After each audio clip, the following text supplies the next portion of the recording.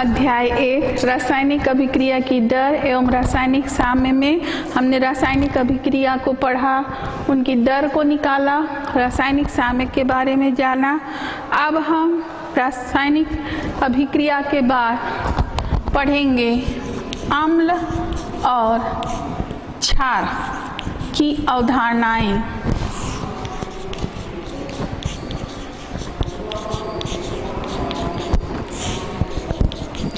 अम्ल या क्षार किसे कहते हैं? इसके लिए अम्ल शुरू में ऐसा कहा जाता था कि जो स्वाद में खट्टा होता है उसको क्या कहते हैं? अम्ल। जैसे नींबू के रस को अगर हम खाते हैं तो खट्टा लगता है तो वह अम्लीय है।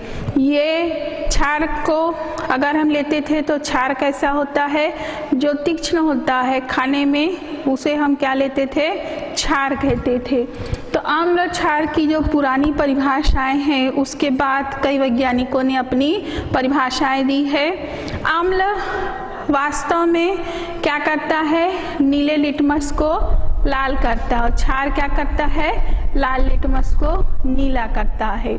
इसके अतिरिक्त अम्ल और क्षार की एक और विशेषता होती है कि अम्ल है जब किसी धातु से क्रिया करता है कोई भी अम्ल तो हाइड्रोजन गैस मुक्त करता है। क्या मुक्त करता है?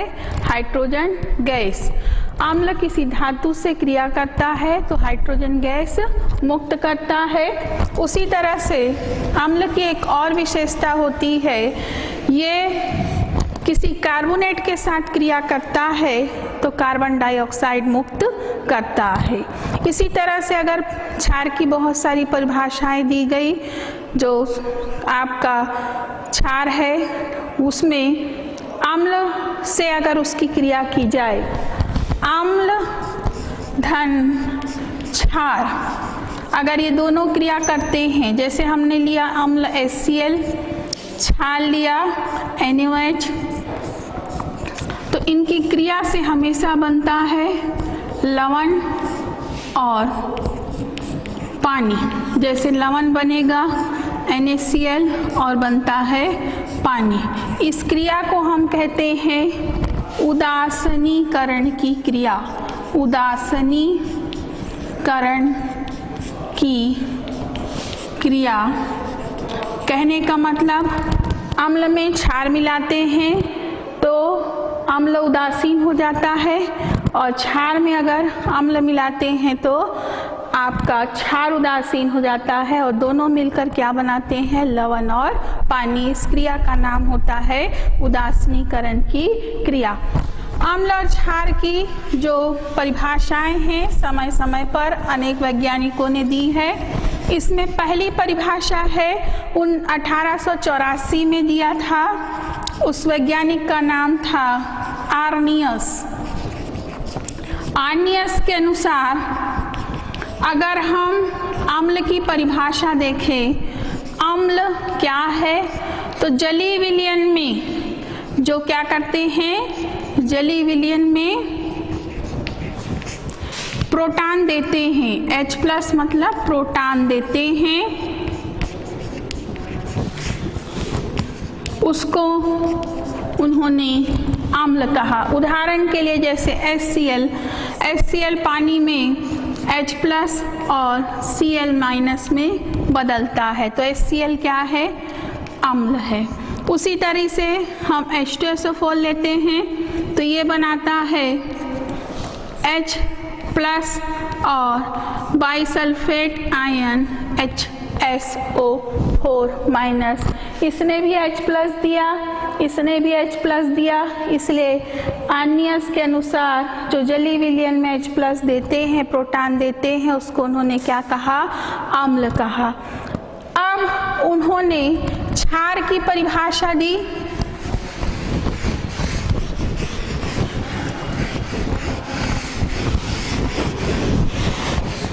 क्षार किसे कहते हैं? जो जलीय विलयन में OH- आयन देते हैं, OH- आयन जिसे हम हाइड्रोक्सिल आयन भी कहते हैं, हाइड्रोक्सिल आयन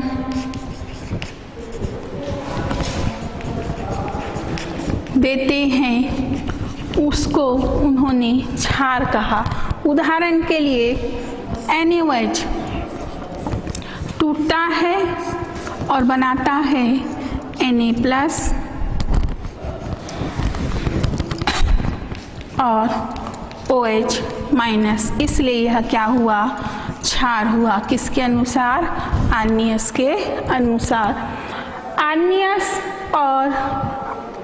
आर्नियस ने जो परिभाषा दी थी उसमें उन्होंने एक शब्द लिया था जलीय विलयन में। हमको मालूम है बहुत सारे ऐसे अम्ल और क्षार होते हैं जो जल में नहीं घुलते हैं, तो इस परिभाषा को जो विलयन, जो अम्ल क्षार जल में नहीं घुलते, या फिर बहुत सारे ऐसे अम्ल क्षार है, जैसे हम लेते हैं अमोनिया।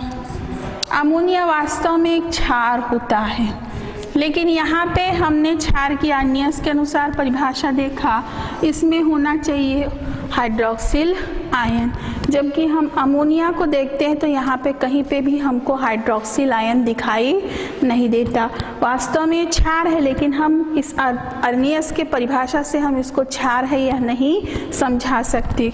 उसी तरह से अगर हम बोरान ट्राइफ्लोराइड को देखते हैं तो आप देखिए इसमें कहीं हाइड्रोजन आयन नहीं है, तो हाइड्रोजन नहीं है तो इसको अम्ल नहीं होना चाहिए, लेकिन वास्तव में ये क्या होता है, क्या होता है, अम्ल होता है।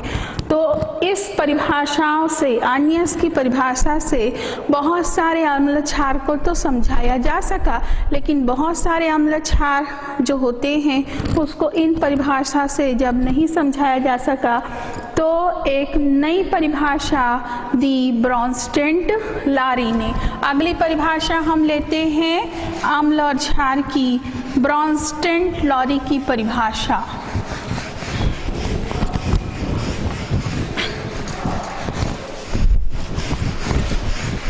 दूसरी परिभाषा हम ले लेते हैं ब्रॉन्स्टेड-लारी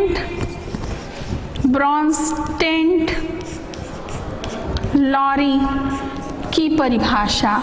ये परिभाषा उन्होंने 1923 में दिया था। इस परिभाषा में उन्होंने थोड़ा सा जलीय विलयन को हटा दिया। उन्होंने कहा अम्ल वह है जो H+ आयन देता है, और क्षार क्या है, तो उन्होंने कहा जो H+ यानी प्रोटॉन लेता है वह क्या है, क्षार है। उन्होंने एक नई परिभाषा दी, अम्ल वे पदार्थ है जो H+ आयन देते हैं, प्रोटॉन देते हैं, और क्षार वे पदार्थ है जो प्रोटॉन लेते हैं। उदाहरण के लिए जैसे मैं HCl ली, HCl की क्रिया किसी पदार्थ से कराई, मान लो मैंने यहाँ पे पानी लिया, HCl की क्रिया मैं पानी से कराई, तो HCl H+ देगा, बनाएगा Cl-। पानी जो होता है वह H+ जो इसने दिया है, चूंकि ये अम्ल था H+ दिया, पानी क्या है, क्षारीय हो जाएगा, इसने H+ लिया और हाइड्रोनियम आयन बनाया, तो ये H+ दिया HCl ने, इसलिए ब्रॉन्स्टेड-लारी के अनुसार यह अम्ल है। पानी H+ लिया, इसलिए ब्रॉन्स्टेड-लारी के अनुसार यह क्या हुआ, क्षार हुआ। उसी तरह से अगर हम अमोनिया का उदाहरण लेते हैं, अमोनिया धन HCl, अमोनिया यहाँ पे क्षारीय है, कैसे पता लगाएंगे, आर्नियस से हम नहीं बता सक रहे थे क्योंकि इसमें OH- नहीं था। ये हमारा अम्ल है, स्पष्ट दिख रहा है, ये H+ देगा, H+ जब देता है तो ये बदलेगा Cl- में, Cl- में बदल गया, और अमोनिया ने इस H+ को ग्रहण किया तो वह बन गया अमोनियम आयन। किस में बदल गया वह, अमोनियम आयन। इस तरह से हम कह रहे हैं इस परिभाषा से हम अमोनिया क्षार है इसे समझा सकते हैं, क्योंकि अमोनिया H+ ग्रहण करता है और किस में बदल जाता है, अमोनियम आयन में, इसलिए अमोनिया अम्ल है। HCl दिया, इसलिए ब्रॉन्स्टेड-लॉरी के अनुसार क्या है, यह क्षार है। इस ब्रॉन्स्टेड-लॉरी की परिभाषा से हम बहुत सारे अम्ल क्षार को तो समझा सके, लेकिन कुछ अम्ल क्षार जैसे हम अभी लेते हैं BF3, यह अम्ल है, इसे हम अभी भी इस परिभाषा से नहीं समझा सकते। ब्रॉन्स्टेड-लॉरी से हम बोरान ट्राइफ्लोराइड अम्ल है ये नहीं समझा सकते। क्यों नहीं समझा सकते, यहाँ पे हमको कहीं हाइड्रोजन आयन दिखाई नहीं देता। उसी तरीके से हम Cl- क्या क्षार है, इसको भी हम स्पष्ट यहाँ पे नहीं कर सकते। तो अब एक और नई परिभाषा दी गई लुईस ने, जिन्होंने इसकी कमियां को दूर किया।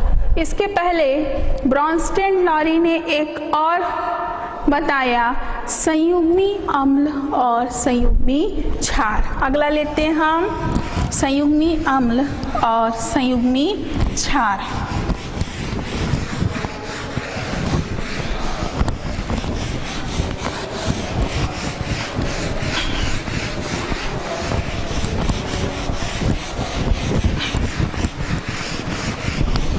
ब्रॉन्स्टेड-लॉरी की अवधारणा से हम आपको समझाएंगे संयुग्मी अम्ल किसे कहते हैं और संयुग्मी क्षार।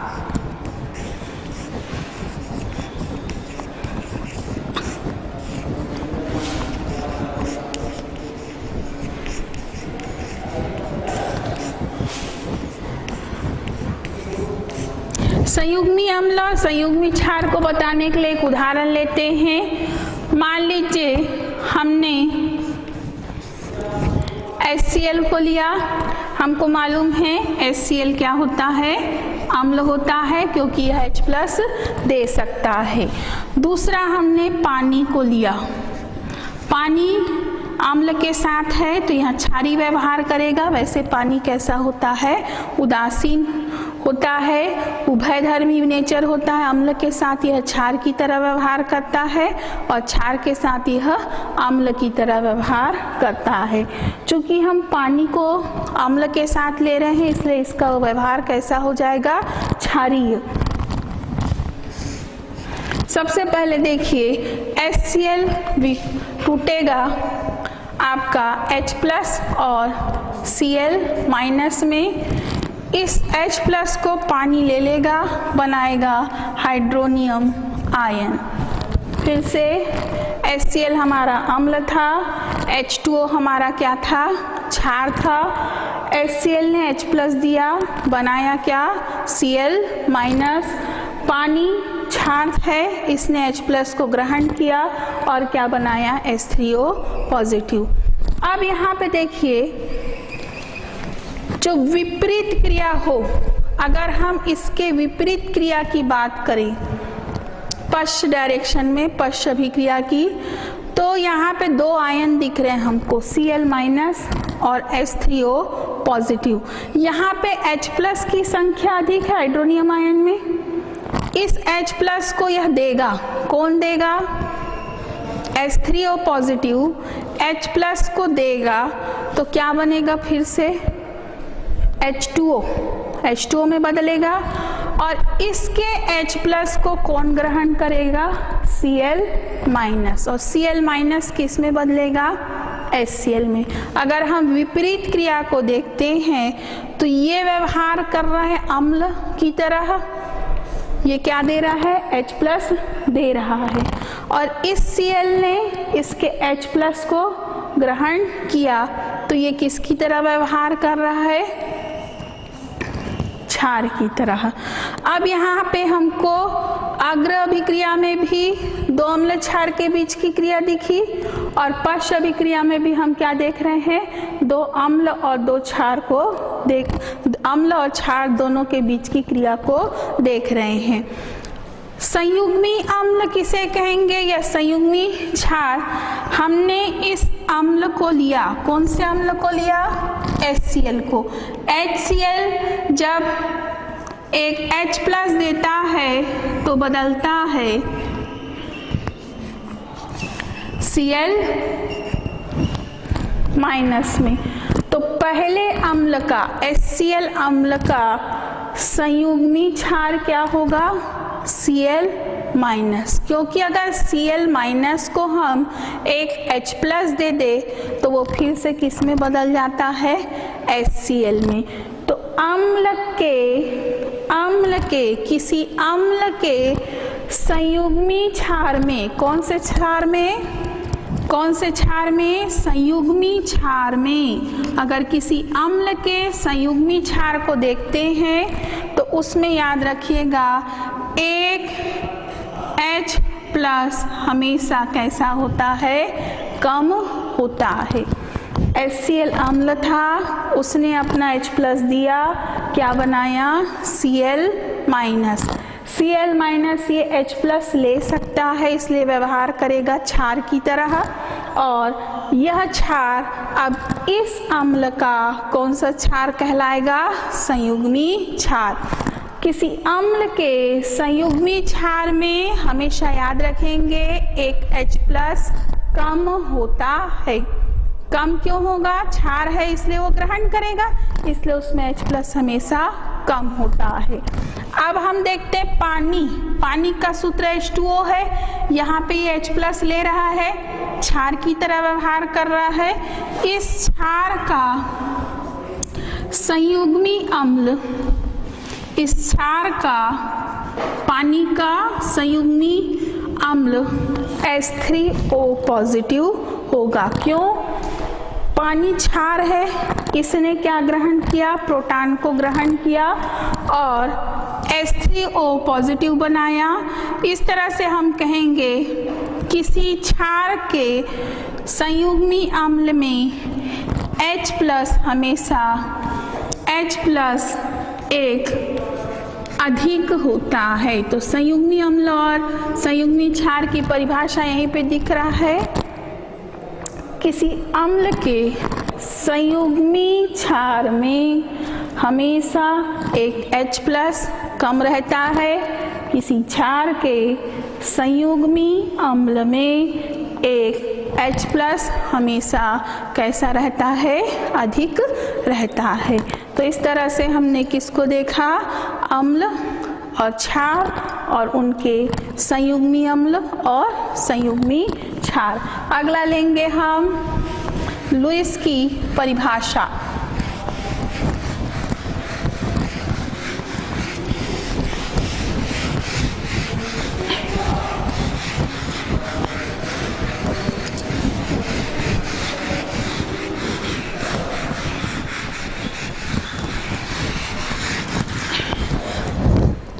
अगला है हमारा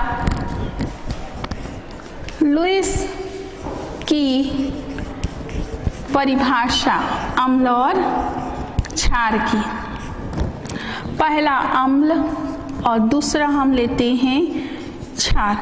अभी तक आर्नियस ने या ब्रॉन्स्टेन-लॉरी ने इलेक्ट्रॉन के आधार पर अम्ल क्षार की परिभाषा नहीं बताई थी। उन्होंने किसके आधार पर बताया था? H+ देना या OH- देना या H+ देना या H+ लेना, ब्रॉन्स्टेन-लॉरी ने बताया था। किसी ने इलेक्ट्रॉन के आधार पर अम्ल क्षार की व्याख्या नहीं की थी। अगली परिभाषा लुईस ने दी। लुईस ने इलेक्ट्रॉन पेयर मतलब जोड़ी, इलेक्ट्रॉन की जोड़ी को आधार माना।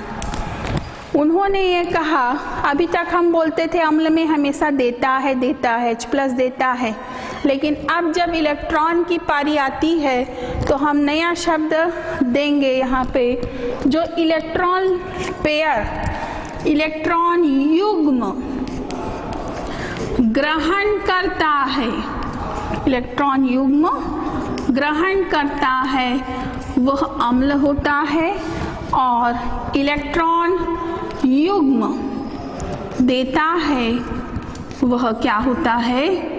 क्षार होता है।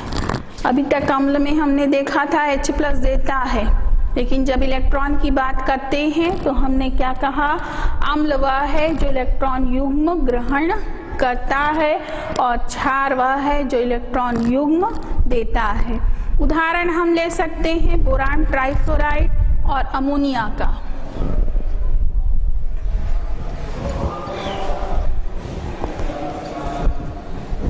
बोरान को देखते हैं, परमाणु क्रमांक 5 होता है, पहले कक्षा में 2 इलेक्ट्रॉन, दूसरी कक्षा में 3 इलेक्ट्रॉन, 1 2 3। फ्लोरीन के अंतिम कक्ष में 7 इलेक्ट्रॉन होते हैं। एक बोरान से इसका सहसंयोजी बंध बनता है, 8 हो गया। दूसरे फ्लोरीन में भी 7 इलेक्ट्रॉन होते हैं और एक बोरान से लिया, इसका 8 हो गया। तीसरे फ्लोरीन में भी 7 इलेक्ट्रॉन होते हैं, एक बोरान से लिया और इस फ्लोरीन का भी हो गया 8। अब बोरान के पास पहले से 3 इलेक्ट्रॉन हैं, 1 2 3। 3 इसको किससे मिले हैं, फ्लोरीन से। टोटल 3 इसके पास हो गए बोरान के पास। देखिए 1 2 3 4 5 6। बोरान के पास कितने इलेक्ट्रॉन हैं, 6। क्या बोरान का अष्टक पूरा हुआ है, उसके पास 8 इलेक्ट्रॉन हैं, नहीं है। ये एक इलेक्ट्रॉन न्यून यौगिक है। कौन सा यौगिक है यह, इलेक्ट्रॉन न्यून यौगिक है। इसके पास इलेक्ट्रॉन की क्या है, कमी है। इलेक्ट्रॉन की कैसी है, कमी वाला यौगिक है। इसमें 6 ही इलेक्ट्रॉन है, जबकि इसके पास कितना होना चाहिए, 8। अमोनिया को लेते हैं तो अमोनिया का परमाणु क्रम नाइट्रोजन का 7 होता है, 2 और 5। 1 2 3 4 5। 3 इसको हाइड्रोजन से मिलते हैं, 1 2 3 4। टोटल इसके पास हो जाता है नाइट्रोजन के पास 8 इलेक्ट्रॉन, जिसमें से एक लोन पेयर होता है। अब Bf3 को 2 इलेक्ट्रॉन चाहिए और अमोनिया उसके साथ उपस्थित रहेगा। किसके साथ, बोरान ट्राइफ्लोराइड के साथ। तो अपना इलेक्ट्रॉन युग्म देता है किसको, बोरान को। फिर से देखिए, अमोनिया का नाइट्रोजन अपना इलेक्ट्रॉन युग्म बोरान ट्राइफ्लोराइड को देता है, इसलिए बोरान ट्राइफ्लोराइड क्या है यहाँ पे, लुईस अम्ल है और अमोनिया क्या है यहाँ पे, लुईस क्षार है। तो लुईस अम्ल और लुईस क्षार की परिभाषा फिर से देखते हैं। जो इलेक्ट्रॉन युग्म देते हैं वह लुईस क्षार होता है और जो इलेक्ट्रॉन युग्म ग्रहण करते हैं वह लुईस अम्ल होते हैं। अमोनिया यहाँ पे लुईस क्षार है और Bf3 यहाँ पे क्या है, लुईस अम्ल है। इस तरह से हमने देखा कि अमोनिया लुईस क्षार है क्योंकि यह इलेक्ट्रॉन युग्म दे सकता है, और Bf3 लुईस अम्ल है क्योंकि यह इलेक्ट्रॉन युग्म ले सकता है। इसमें लुईस अम्ल और लुईस क्षार के उदाहरण अब से पूछा जाता है।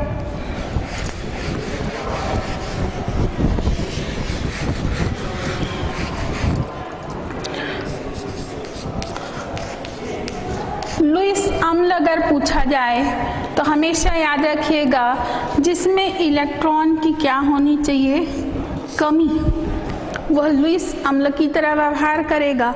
जैसे कोई भी धन आयन मैंने लिखा, मान लीजिए NH4+, तो यह लुईस अम्ल होगा क्योंकि इसमें क्या है, धन आयन है, इलेक्ट्रॉन की कमी है। उसी तरह से मान लीजिए मैंने लिखा Cu2+, धातु आयन, तो धातु आयन धन आयन है, इसके पास इलेक्ट्रॉन कम है, इलेक्ट्रॉन ले सकता है, इसलिए भी यह क्या होगा, लुईस अम्ल होगा। या जैसे हम कोई उदाहरण लेते हैं जिसमें इलेक्ट्रॉन कम है, जैसे आप AlCl3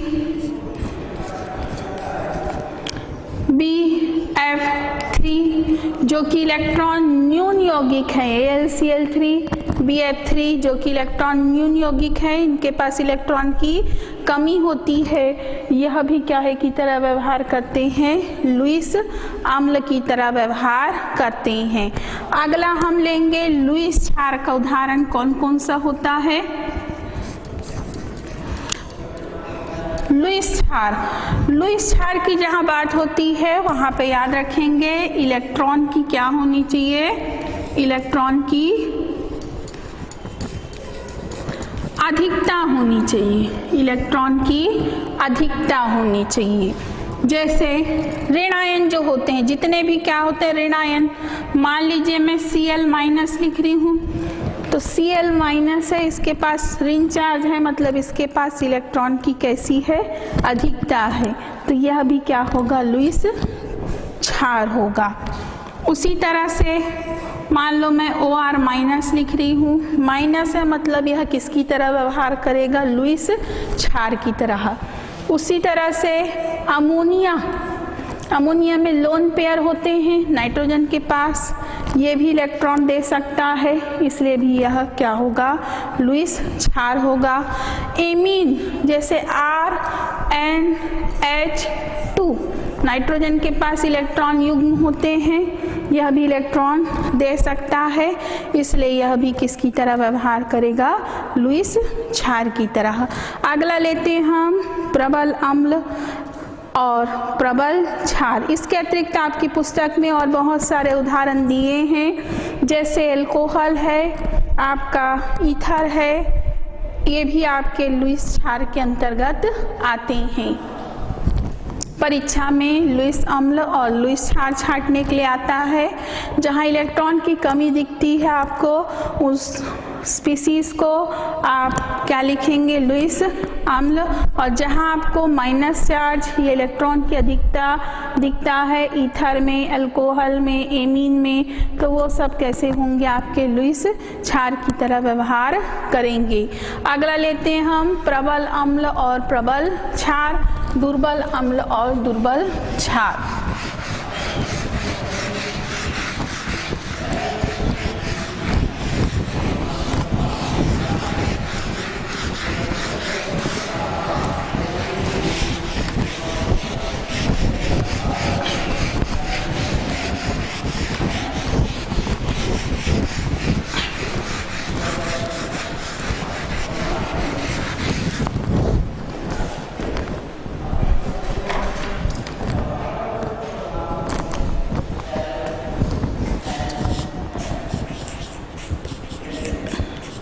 प्रबल अम्ल और प्रबल क्षार, दूसरा है आपका दुर्बल अम्ल और दुर्बल क्षार। प्रबल अम्ल किसे कहेंगे, प्रबल अम्ल ऐसे अम्ल है जो जलीय विलयन में या विलयन अवस्था में अधिक मात्रा में आयनित होते हैं, अधिक आयनित होते हैं और आयनित अधिक होने के कारण H+ अधिक देते हैं, अधिकता से आयनित होते हैं और H+ आयन अधिक देते हैं, उसको हम प्रबल अम्ल कहते हैं। उदाहरण के लिए HCl अगर उपस्थित है तो 100% आपको H+ और Cl- मिलने की संभावना रहती है।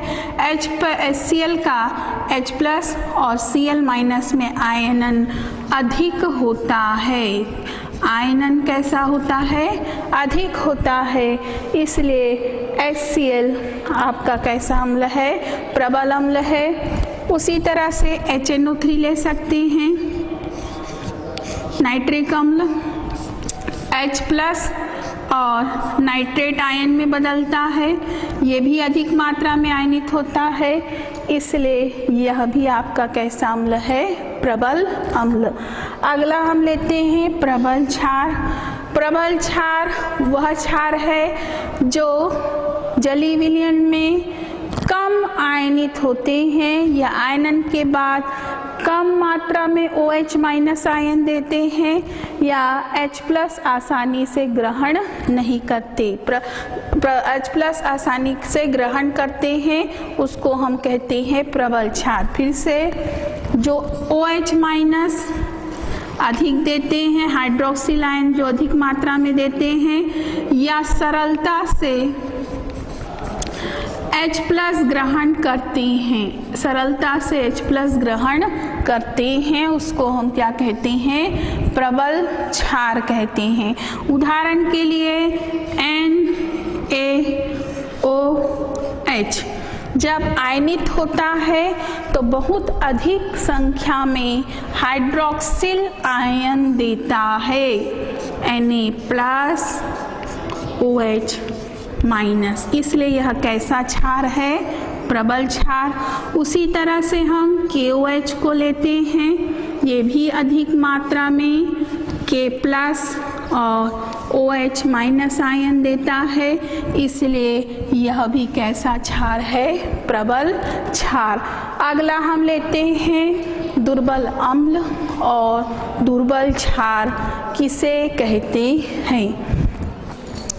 दुर्बल अम्ल वे अम्ल होते हैं जो कम आयनित होते हैं, जो कम आयनित होते हैं, जिनमें आयनन कम होता है या आसानी से H प्लस आयन नहीं देते। H प्लस आयन आसानी से नहीं देते, उसको हम दुर्बल अम्ल कहते हैं। उदाहरण के लिए हम ले सकते हैं एसिटिक अम्ल, सूत्र होता है CH3COOH, यह बहुत कम आयनित होता है और CH3COO माइनस और H प्लस कम देता है, कम आयनित होता है, इसलिए यह कैसा अम्ल है? एसिटिक अम्ल, दुर्बल अम्ल है।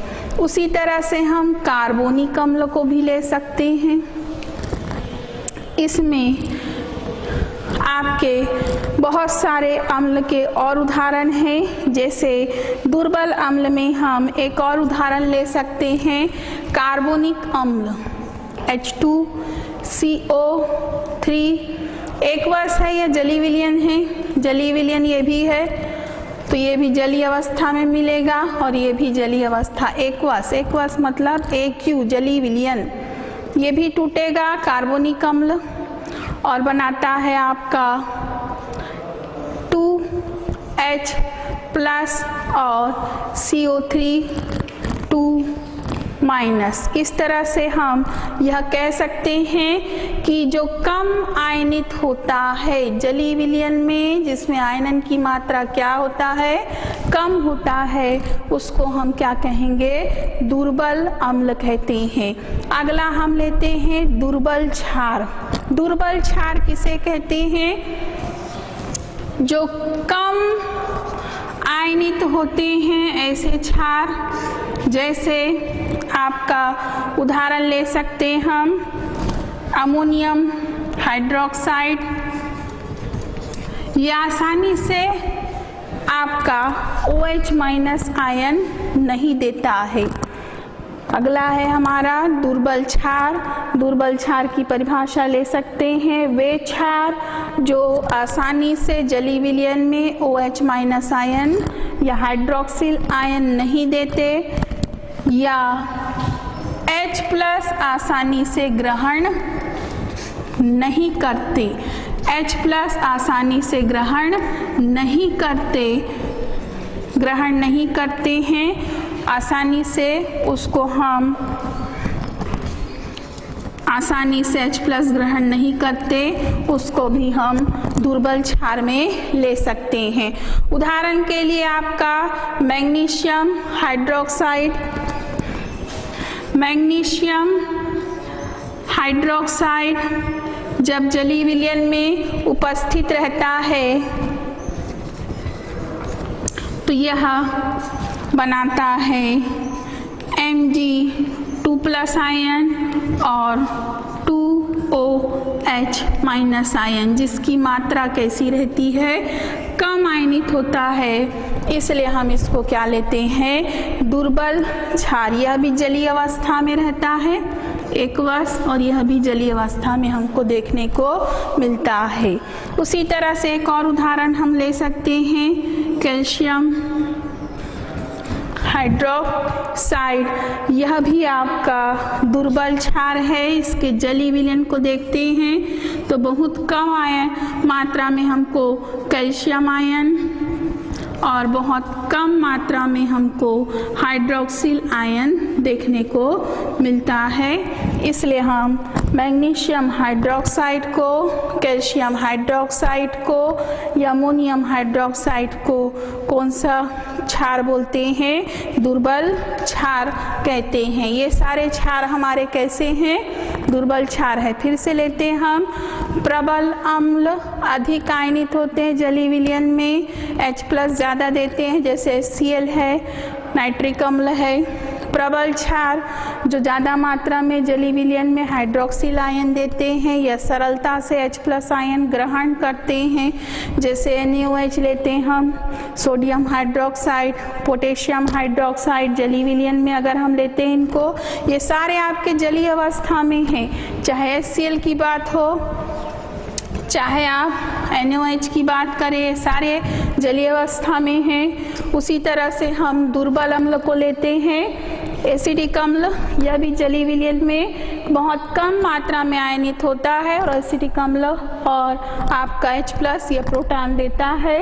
उसी तरह से आपका दुर्बल क्षार लेते हैं, जिसमें calcium hydroxide, calcium hydroxide, ammonium hydroxide या मैग्नीशियम हाइड्रोक्साइड है, जो बहुत कम मात्रा में जलीय अवस्था में आयनित होकर हाइड्रोक्सिल आयन देते हैं। तो ये आपके दुर्बल क्षार कहलाते हैं।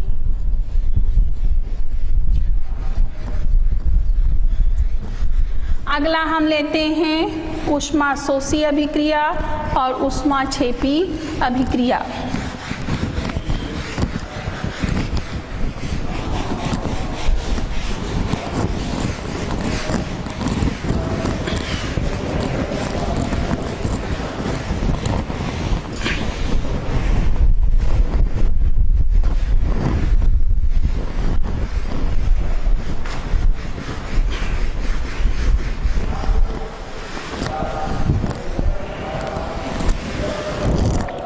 अगला है हमारा ऊष्माशोषी अभिक्रिया और दूसरा है हमारा ऊष्माक्षेपी अभिक्रियाएं, रासायनिक अभिक्रियाओं में ऊष्मा परिवर्तन।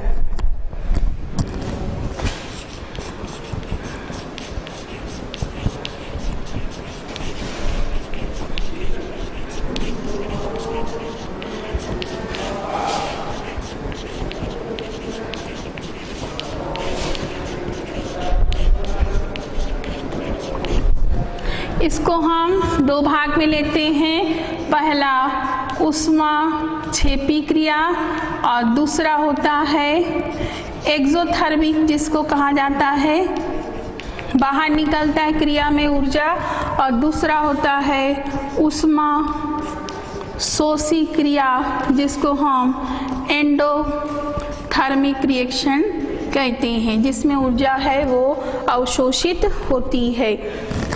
पहला लेते हैं ऊष्माक्षेपी अभिक्रिया। ऊष्माक्षेपी अभिक्रिया ऐसी अभिक्रिया है जिसमें अभिकारक की ऊष्मा अधिक होती है और क्रिया के बाद जब उत्पाद बनता है उसकी ऊष्मा कम होती है, और जो ऊष्मा कम हो रही है उत्पाद से, अभिकारक से, वह ऊष्मा बाहर मुक्त होती है। इस क्रिया को हम क्या कहते हैं, ऊष्माक्षेपी अभिक्रिया। ऊष्माक्षेपी अभिक्रिया वह अभिक्रिया है जिसमें क्रियाकारक की ऊष्मा अधिक होती है। जब क्रियाकारक से उत्पाद बनता है तो उत्पाद की ऊष्मा कम होती है और बची हुई ऊष्मा है वो क्रिया के दौरान बाहर मुक्त होती है।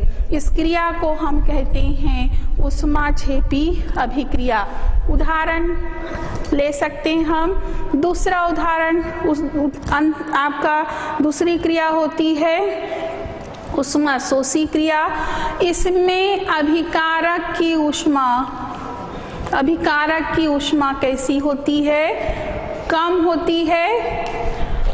अभिकारक ऊष्मा को ग्रहण करता है क्रिया के दौरान और उत्पाद में बदलता है। उत्पाद की ऊष्मा कैसी होती है? अधिक होती है। तो याद रखेंगे ऊष्माक्षेपी अभिक्रिया वह अभिक्रिया है जिसमें क्रिया में ऊष्मा बाहर मुक्त होती है, क्योंकि अभिकारक से उत्पाद की ऊष्मा कम होती है। और ऊष्माशोषी अभिक्रिया वह अभिक्रिया है जिसमें ऊष्मा ग्रहण की जाती है, अवशोषित की जाती है। इसका कारण ये है कि अभिकारक की ऊष्मा कम होती है और उत्पाद की ऊष्मा अधिक होती है, तो अभिकारक क्रिया में ऊष्मा को ग्रहण करता है। इसको हम एक ग्राफ से भी प्रदर्शित कर सकते हैं। हम एक तरफ ऊष्मा को ले, यहाँ अगर अभिकारक की ऊष्मा है, क्रियाकारक जब उत्पाद में बदलता है, किस में बदलता है? उत्पाद में। तो क्रियाकारक से कम ऊर्जा का है उत्पाद, नीचे ऊर्जा लेवल है, उत्पाद नीचे है, तो जितनी ऊष्मा मुक्त करता है यह ऊष्मा क्षेपी अभिक्रिया के दौरान बाहर निकलती है। इसलिए जो बाहर मुक्त होती ऊष्मा उसको हम क्रिया के बाद निकल रहा है, इसलिए हम उसको धन में प्रदर्शित करते हैं। फिर से देखिए, इसको हम राइट हैंड साइड में धन के साथ प्रदर्शित करते हैं। और दूसरा होता है ऊष्माशोषी क्रिया। इस क्रिया को अगर हम ग्राफ से दर्शाएं तो यहाँ अगर ऊष्मा है, ये आपका क्रियाकारक है,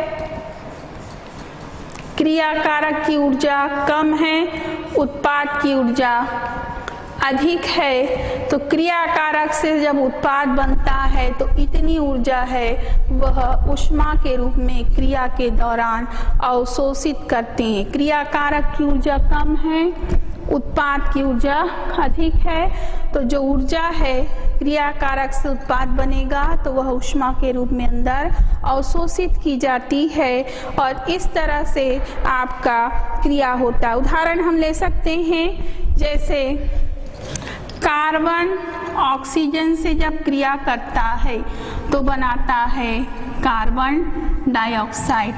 इस क्रिया में ऊष्मा मुक्त होती है। यह ऊष्मा का मान 44.3 किलो कैलोरी होता है, जिसे हम क्रिया के बाद दाएं तरफ राइट हैंड साइड में धन के साथ कार्बन डाइऑक्साइड धन जो ऊष्मा है उसे हम लिखते हैं। उसी तरह से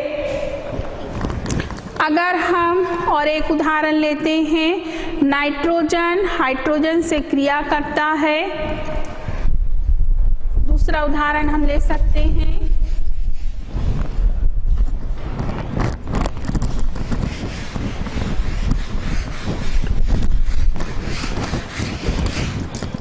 नाइट्रोजन गैस हाइड्रोजन से क्रिया करता है, बनाता है अमोनिया गैस।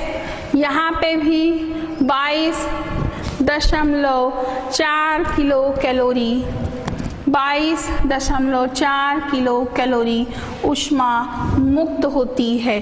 तो इस अभिक्रिया को हम ऊष्मा क्षेपी क्रिया कहते हैं। अगला लेते हैं ऊष्माशोषी क्रियाएं। ऊष्माशोषी क्रिया उदाहरण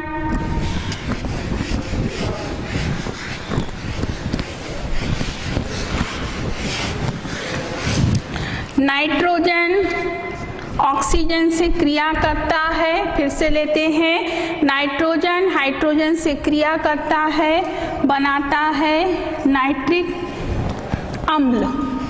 इस अम्ल को कहा जाता है नाइट्रिक अम्ल। फिर से नाइट्रोजन ऑक्सीजन से क्रिया करता है, नाइट्रिक अम्ल बनाता है।